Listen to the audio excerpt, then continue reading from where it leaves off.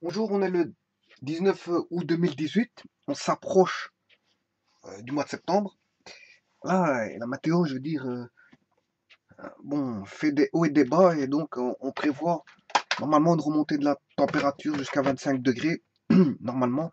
Mais ici, il fait, bon, on va dire, frais, et un petit peu frais. Ici, je vais faire juste une petite vidéo concernant, bon, la surface d'un triangle.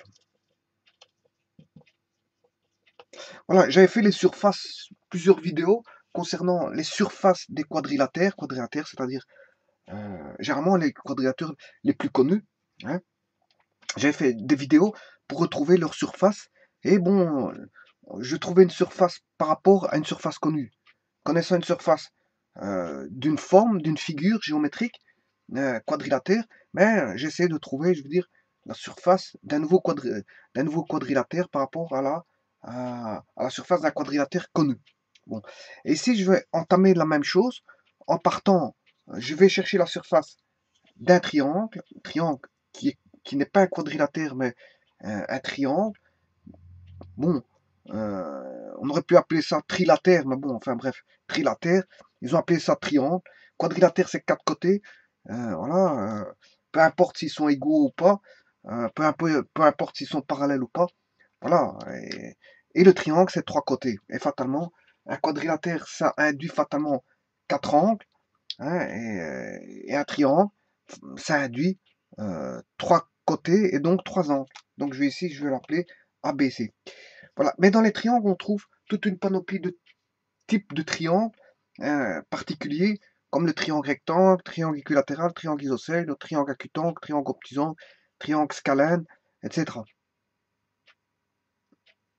Bon, ici j'ai pris un triangle quelconque, donc voilà, et je vais chercher la surface ou l'aire euh, de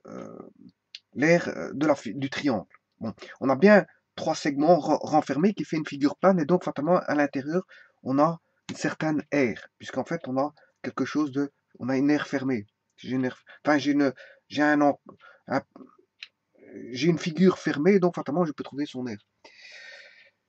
Alors ici, je vais partir comme je l'ai fait auparavant concernant les quadrilatères. J'étais parti de surfaces connues pour retrouver la surface voilà, d'un quadrilatère que je recherchais. Ici, c'est un peu la même chose.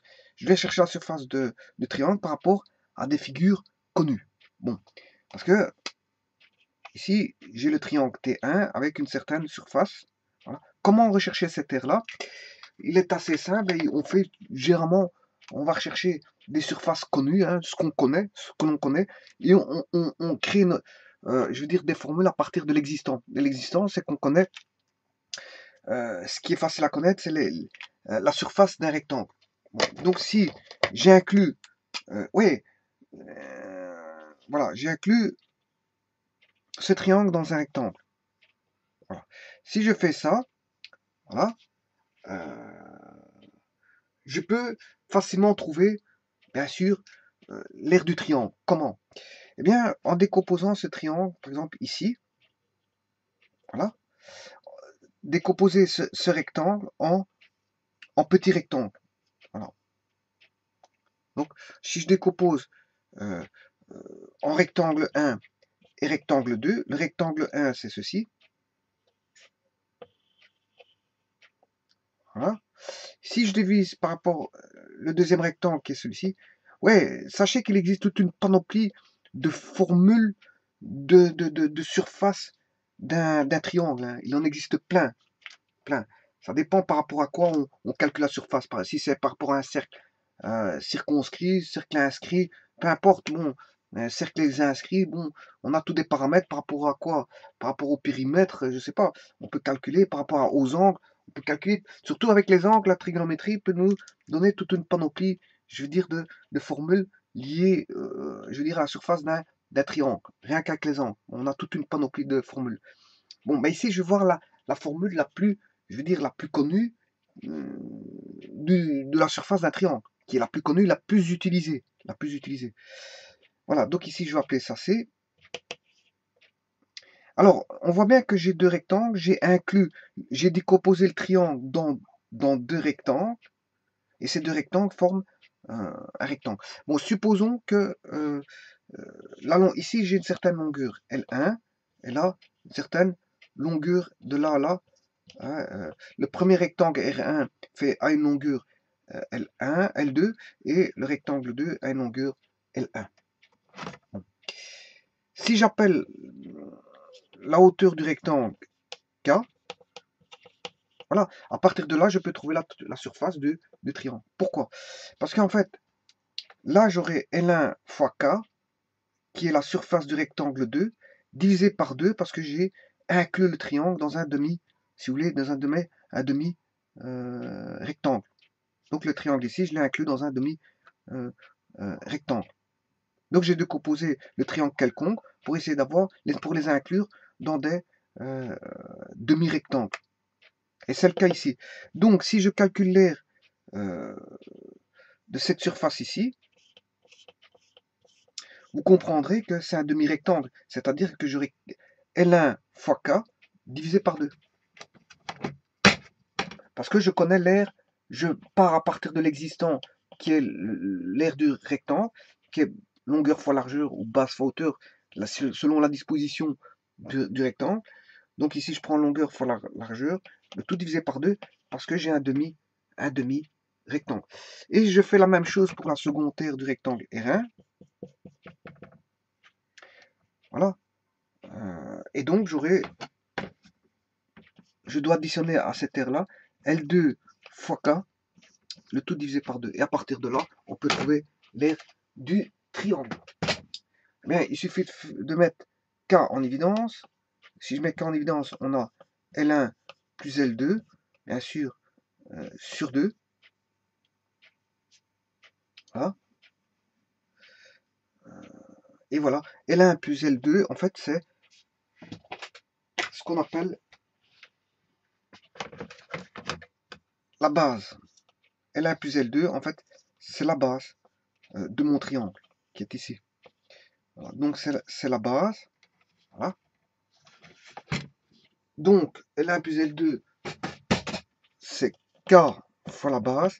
Et le K, généralement, c'est ce qu'on appelle la hauteur. Donc, j'aurai K, c'est généralement, on appelle ça H, qui est la hauteur du triangle. Hein, la hauteur du triangle qui est ici. H. Et là, c'est la base. Donc, voilà. On a base fois hauteur sur 2. Voilà d'où vient l'aire du triangle. Base fois hauteur sur 2. Et c'est la formule la plus utilisée. Attention que ceci est valable dans 3 cas de figure. Parce qu'en fait, j'ai pris la base ici AB, mais il existe une base BC. Donc il faut calculer par rapport à sa hauteur. Et il existe une base AC, il faut calculer par rapport à sa hauteur. Et les trois surfaces sont identiques. C'est toujours base fois hauteur sur 2. Attention, comme je l'ai dit, c'est pas la seule formule pour calculer la surface. Hein. Ça, c'est en fonction de la base et de la hauteur, bien sûr, du triangle. Base fois hauteur sur 2. Et vous voyez qu'ici, il y a une division par 2 à tenir en compte. Hein. Parce que si vous faites base fois hauteur, vous avez l'aire d'un rectangle. Hein, qui est longueur fois largeur. Alors maintenant, regardez bien quelque chose. Si je prends un rectangle, j'en construis à partir de ce rectangle un triangle, eh bien, tous ces triangles-là, qui sont, si vous voulez, inscrits dans le rectangle, ont une particularité. Qu'est-ce que c'est? Mais qu'en fait, elles ont toutes les mêmes aires, en fait. Puisqu'en fait, pourquoi? Parce qu'en fait, j'ai toujours la base AB ici, et la hauteur qui est ici est toujours la même, qui est H. Donc, la surface, elle sera toujours base fois hauteur sur 2. Et il y a même une particularité. Si j'arrive ici, si je construis la base là, avec cette hauteur-là, voilà, là, à ce moment-là, j'aurai le triangle ici, qui est un triangle rectangle.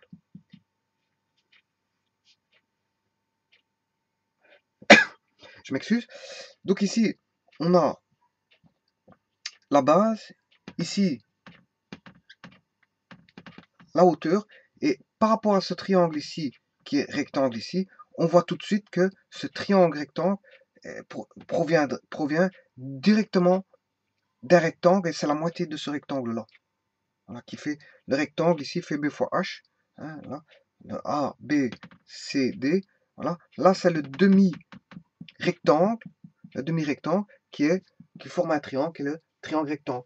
Donc, c'est le rectangle formé par la diagonale CB au rectangle ABCD. Voilà. Et là, on voit tout de suite que ce triangle-là est la moitié du rectangle ABCD. Et ça forme le triangle rectangle. Donc, tous les triangles que j'ai construits comme ceci ont la même aire, si vous voulez. Tous. Ils ont tous la même aire.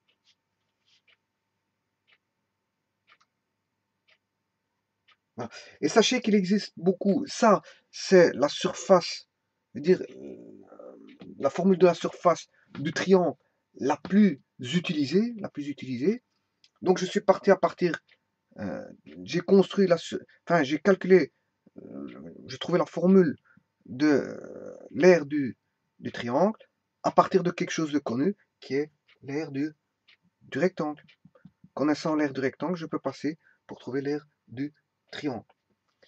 Et donc, sachez qu'il existe, non pas comme je l'ai expliqué, et je le répète encore une fois pour que ce soit bien clair, il n'existe pas qu'une seule formule pour calculer les surfaces. Il en existe toute une multitude, toute une panoplie en fonction de beaucoup de choses. Ça dépend si on est dans un cercle inscrit, cercle ex-inscrit, si on considère un cercle inscrit, même, même s'il n'y a pas de cercle, on peut considérer qu'il y a un cercle inscrit existant. Donc je peux partir sur des formules toutes faites en prenant en compte qu'il y a un cercle existant sans le tracer.